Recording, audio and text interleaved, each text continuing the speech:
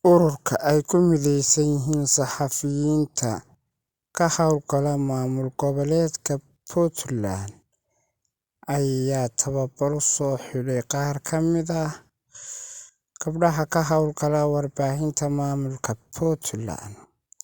Haddaba daawade, intaanaan u gudagelin warkaas, haddaad ku cusub tahay channelkayagan Buurdhab Media, fadlan subscribe saar, siina share garee muuqaalkani si uu dad badan u gaadho.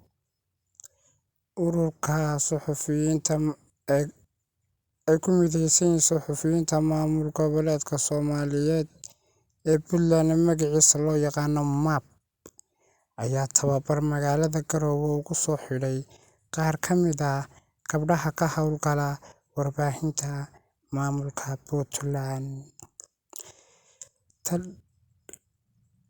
Tababarkan ayaa lagaga hadlayaa arrimo badan iyo tacadiyada lagula kaco saxaafadda ka hawlgasha maamulka Puntland iyo guud ahaanba Soomaaliya. Saxaafadda ka hawlgasha maamulka Puntland ayaa waxa ay ku hawlgashaa duruufo kala duwan, iyadoona u dhabar adeegta shaqada ay bulshada u hayaan. Haddaba daawadayaasha qiimaha iyo qadarinta mudan leh, halkan wararka kala socotaan waa Buurdhab Media. Fadlan nagu xidhnow si aad u hesho dhacdooyin mar walba joogto ah.